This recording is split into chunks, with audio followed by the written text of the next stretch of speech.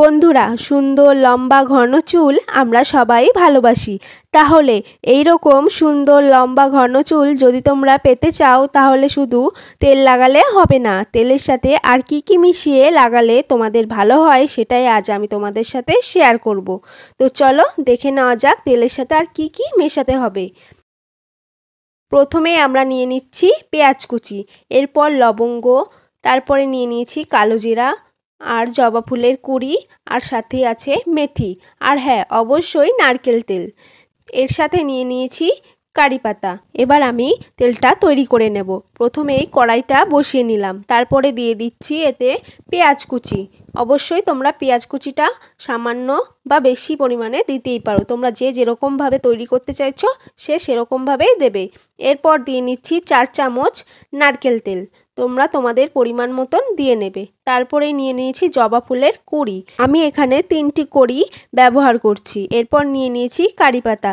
কারি পাতাটা দেওয়ার পরে আমরা হালকাভাবে নেড়ে চেড়ে অবশ্যই 7 থেকে 8 মিনিট লো ফ্লেমে এইরকম কালার আসা পর্যন্ত ফুটিয়ে নেব। তো তোমরা দেখতেই পাচ্ছ কেমন কালারটা চলে এসছে। এরপর আমি আবার একটু তেল অ্যাড করছি। এরপরেই দিয়ে নেব আমরা কালো জিরা, 2 চামচ কালো জিরা এর মধ্যে দিয়ে দিচ্ছি। তারপরেই দেব 2 চামচ মেথি। এরপর দেব লবঙ্গ। লবঙ্গ যেইটুকু পরিমাণ নিয়েছিলাম 2 চামচ মতো পুরোটাই এতে দিয়ে দেব। তারপরে আবার এটাকে ভালোভাবে নাড়াচাড়া করে 7 থেকে 8 মিনিট এটা ভালো করে ফুটতে দেব। অবশ্যই লো ফ্লেমে ফোটাবে। তারপরে আমি এটা ঠান্ডা হওয়ার জন্য কিছুক্ষণ রেখে দেব। তো তোমরা দেখতেই পাচ্ছ তেলটা এখানে ঠান্ডা হয়ে গেছে।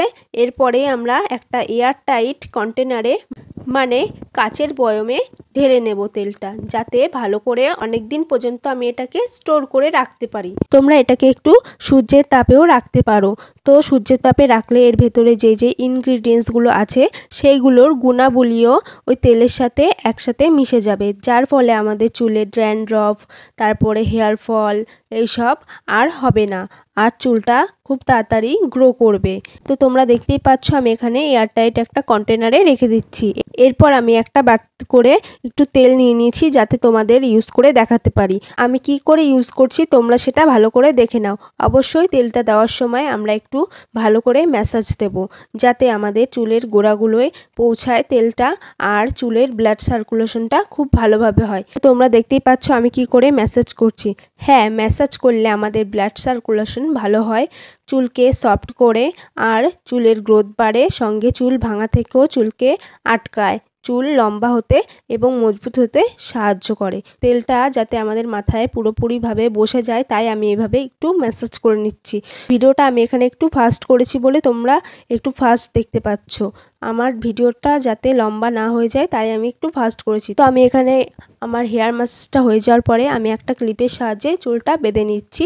তোমরাও এইভাবে বেঁধে নিতে পারো। আমি এইভাবে প্রায় 1 ঘন্টা রেখে দিয়েছি।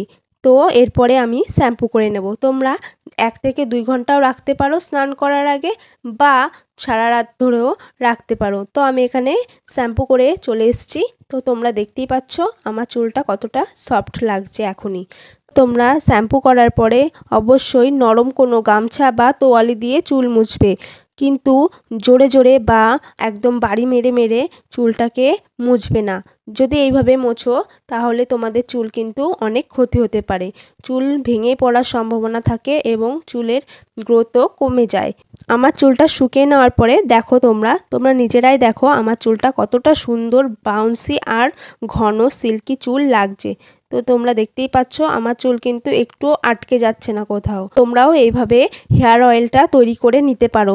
অবশ্যই হেয়ার অয়েলটা তৈরি করে মেখে আমাকে জানিও কেমন লেগেছে তোমাদের। যদি তোমাদের ভিডিওটা ভালো লেগে থাকে আর এরকম ভিডিও দেখতে চাও, তাহলে অবশ্যই চ্যানেলটাকে সাবস্ক্রাইব করে একটা লাইক করে যেও।